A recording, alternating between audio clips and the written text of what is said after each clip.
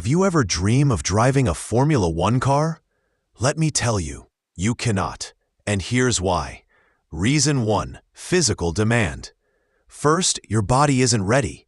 F1 drivers pull 5 times the force of gravity around corners. That's like carrying 5 adults while going 200 miles per hour.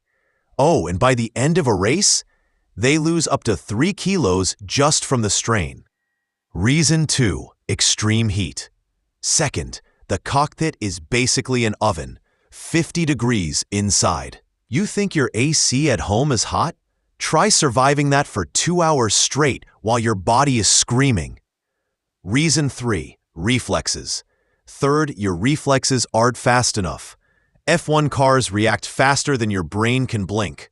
A tiny delay and boom, off the track. Reason 4. Skill and training. Fourth, it's not just driving. It's precision, strategy, and years of practice. You can't just jump in and hope for the best. Fifth, fear. At 200 miles per hour, one mistake can be fatal. Most humans panic long before they even reach the track.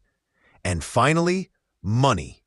These cars cost millions, and maintenance, another fortune. Unless your wallet is as fast as the car, you're out. So driving an F1 car isn't about wanting it. It's about having the body, mind, skill, and money. For more mind-blowing truths like this, hit subscribe to the Monster Mind YouTube channel and share this video with your friends so they know why they won't be racing anytime soon. Bye!